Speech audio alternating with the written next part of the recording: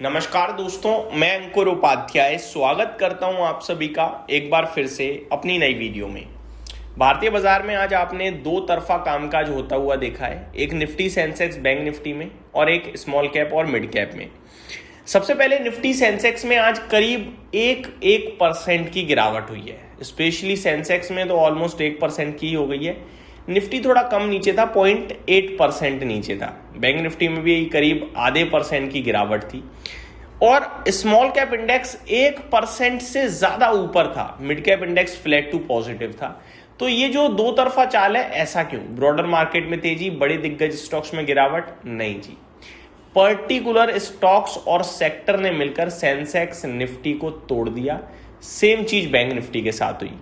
अब bank Nifty में जो शेयर्स हैं वो शेयर्स ऑलमोस्ट सारे ही सेंसेक्स या निफ्टी के अंदर है। जैसे कि आज बैंक निफ्टी को तोड़ा है दो स्टॉक्स ने, HDFC बैंक और ICICI बैंक।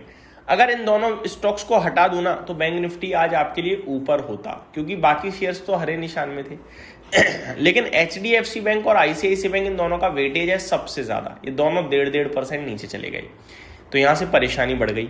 ये दोनों शेयर सेंसेक्स का भी हिस्सा है और निफ्टी का भी। इन दोनों ने सेंसेक्स और निफ्टी पे भी बड़ा प्रेशर बनाया।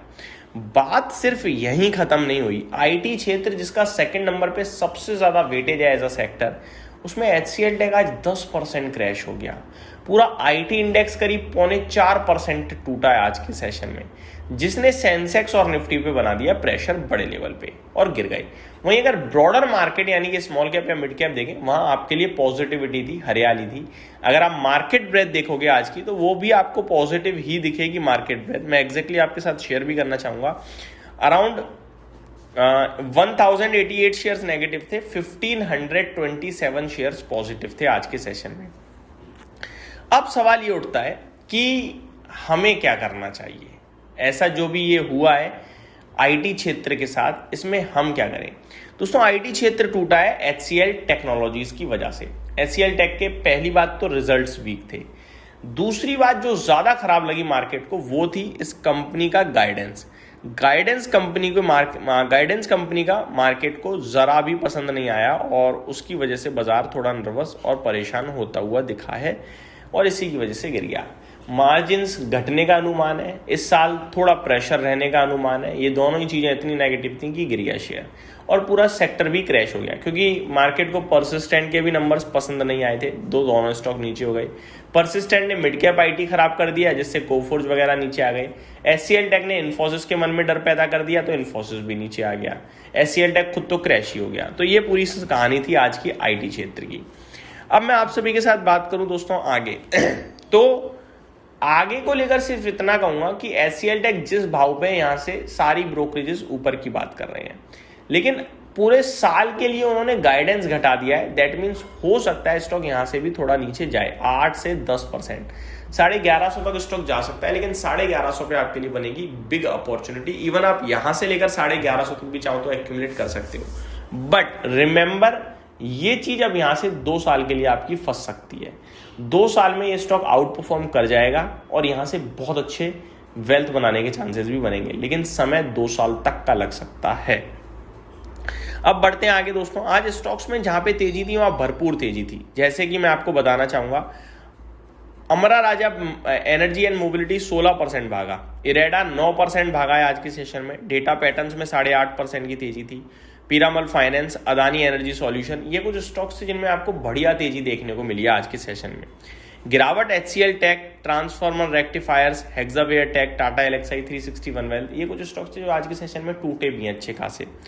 अब मैं आप सभी के साथ बात करूं दोस्तों, कुछ ऐसे स्टॉक जो बड़े लंबे समय बाद चले हैं। इरेडा, मतलब लंबी लिस्ट है आज। दीपक नाइट्राइट, AWL एग्री बिजनेस, ये तो बड़े लंबे समय बाद चले हैं। वहीं अदानी पावर जैसी दमदार क्वालिटी कंपनी है, जिन्हें समर बढ़ने से फायदा होगा, गर्मी बढ़ने से फायदा होगा, वो फ्रेश 52 वीक हाइस पे भी आ रहे हैं। टाटा पावर भी अच्छा कर रहा है, तो इन पे आप इन्वेस्टमेंट के लिए ध्यान दीजिए। मैं लगातार आपके साथ शेयर कर रहा हूँ। आउट परफॉर्मेंस बीते 2-4 दिनों से चल रही है FMCG में। अगर आप नोटिस करें तो FMCG स्टॉक्स में भी बढ़िया तेजी देखने को मिल रही है हम सभी को। 2 रिजल्ट्स आए हैं, बजाज कंज्यूमर और नेस्ले, दोनों ने ही मार्केट को खुश किया है, आउट परफॉर्म किया है।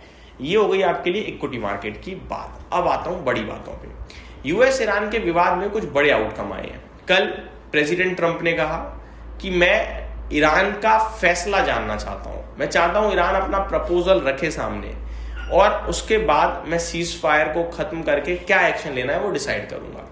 प्रपोजल में ईरान ने प्रपोजल रख दिया। ईरान कहता है कि हम नेगोशिएट करेंगे, लेकिन उससे पहले हमें नेवल ब्लॉकेड हटाना है, मतलब नेवल ब्लॉकेड हटाओ जो यूएस ने लगा रखा है। आज के सेशन में यूएस के बयान आते हैं दो, जहां पे यूएस एक चीज तो ये कहता है कि भैया सीज फायर को एक्सटेंड कर रहे हैं 3 से 5 दिनों के लिए। दूसरी बात ये कहता है कि फ्राइडे से बातचीत शुरू हो सकती है यूएस और ईरान की सेकंड राउंड की। लेकिन इस पे भी ईरान का बयान आता है कि ये सारी चीजें बेकार है, कोई बातचीत नहीं करने के मूड में ईरान चाहता है पहले नेवल ब्लॉकेड हटेगा, उसके बाद ही हम नेगोशिएशन टेबल पे आएंगे। ईरान ने यह भी कहा कि अगर यूएस चाहता है, अगर अमेरिका चाहता है कि वो वॉर करे तो हम वॉर के लिए रेडी हैं। अगर यूएस चाहता है कि डिप्लोमेटिक वे में बातचीत करके चीजें सही करी जाएं, हम उसके लिए भी रेडी हैं, लेकिन उससे पहले नेवल ब्लॉकेड हटाना होगा। तो अब जो मुद्दा फंस रहा है वो है नेवल ब्लॉकेड का। तो क्या यूएस नेवल ब्लॉकेड हटाएगा या फिर नहीं हटाएगा, ये देखने वाली बात है। लेकिन मार्केट नर्वस हो गया है पूरी तरीके से, क्योंकि कच्चा तेल चला गया है आज 3.5% ऊपर $102 प्रति बैरल के पास। पहली नेगेटिव चीज। दूसरी बात, आज FIDIs का डेटा देखोगे आप तो पूरी तरीके से नेगेटिव है। जैसे कि FII चौतरफा बिकवाली करी है। कैश मार्केट में बेच दिया 2078 करोड़ का, फ्यूचर इंडेक्स में बेच दिया 1520 करोड़ का, फ्यूचर स्टॉक्स में बेच दिया 3670 करोड़ का। वहीं DIs ने भी बेचा है आज 1048 करोड़ का। तो आज चौतरफा सेलिंग देखने को मिली है, ये बड़ा नेगेटिव पॉइंट मुझे लग रहा है। तो इस वीडियो में दोस्तों सिर्फ इतना ही। उम्मीद करता हूँ डिटेल्स आपको पसंद आई होंगी। Thank you so much for watching this video. Have a great day.